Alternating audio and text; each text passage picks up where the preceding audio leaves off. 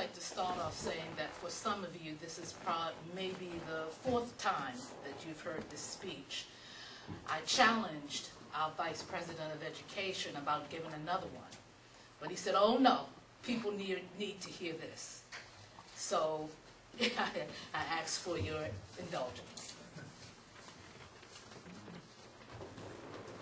The best known parable in the Bible is that of the prodigal son. A rich merchant had 2 children, 2 sons. And the youngest son decided that he wanted to go and make his way in the world. So he asked his father for his inheritance. Something unheard of in those days. That was like wishing for your parent to be dead. The father gave it to him. The son went out and ended up squandering the money. He reached the lowest of lows, eating and sleeping with the swine. He realized the folly of his way. And so he decided to go back home and ask his father's forgiveness. And as he was coming up the road, his father looked out and saw him. His father ran to him and embraced him. His father then called for the fattened cow to be killed and therefore hosted a feast for the village to welcome his son home. It was about 20 years ago I attended the funeral of an aunt. I noticed that her son's name was not listed in the obituary, nor was he at the funeral. I asked his sister, my cousin, what happened to Harry Jr.? And she said, he's a homosexual and we have disowned him. Over the years, little was spoken of Harry Jr. It was if he had died. Every now and then I would ask, have you heard from Harry Jr.? 3 years ago, my uncle answered. He said no, but I wouldn't mind speaking to him. One day, my phone rang, and I looked at caller ID, and there was a number that I didn't know. I answered. It was Harry Jr. He had relocated to Baltimore and wanted to reach out to me. We met for breakfast, which ended up turning to be lunch because it was 3 hours long. And he sat and he talked about growing up. He said it was miserable. Every time he turned around, people were telling him how to sit, how to stand. No, you can't play with dolls. Why are you always playing with girls? Go out, be a man. The sister in the church told his mother, if you keep him underneath of you, he's going to become a faggot. And she pushed him away. He said the one person who meant the most to him pushed him away. And he spent the rest of his childhood trying to get back to her.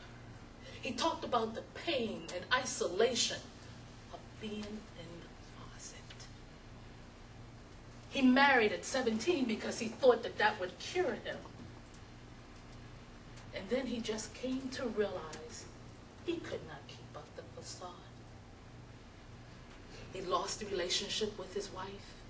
He had to give up parental rights to his child. The relationship between him and his parents was severed. The church disfellowshipped him. I sat and I talked to my cousin, the big-headed kid who was now this intelligent, articulate, educated young man. A degree from Penn State, an MBA from Stanford. He was now advocating for gay rights. He organized an organization and was now the executive director for the rights of gay, lesbian, and transgender people. He mentored gay youth. He now had the mission in his life that he wanted to help others. This was a child that any parent would be proud of. I said to him, you know, your father said, you know, your 93-year-old father would like to talk to you. And he said, if I never see them again, I'll be okay. For I have my family traits. And I'll speak to him. I didn't know if I should try to put them together or not, because they were okay. They had separated and they were living their lives. What was it that my uncle wanted to say to him? Son, you're going to burn in hell? Just one more time? How was my cousin going to act? Was he going to drag his white lover, who's now his spouse, and say, this is who I am, and accept me, and that's it? What harm was I going to bring? Was I going to be opening a Pandora's box? 3 weeks ago, my brother, Harry Jr., my cousin, and I went to Richmond, Virginia to see his father. Harry got out of the car and he walked up the steps onto the porch. My uncle opened the door and greeted us and invited us in.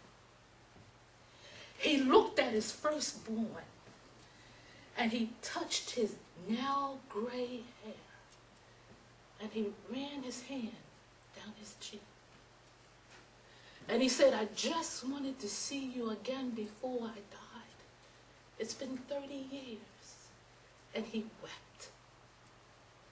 My cousin, the armor just fell away. And he put his arm around his father and he said, Dad, it's okay. We laughed, we talked, we joked. And then my uncle said, are you hungry? Come on, let's go out to eat. And my uncle, who never paid a bill for the family before, put his credit card on the table and said, everyone get what you want. The prodigal son had returned. Okay, but now let's look at this for real. Harry's Jr. is going to stay gay, and Harry Sr. is thinking that he's going to burn in hell. But for this time, they put their differences away. And they rejoiced in their bond as father and son. So my message to you, judge not others by their differences, but rather let us build up our communities, our neighborhoods. Let us build up our families. Let us look and evaluate people based on what they have in their hearts. Build up on tolerance. Build up on commonality. Build up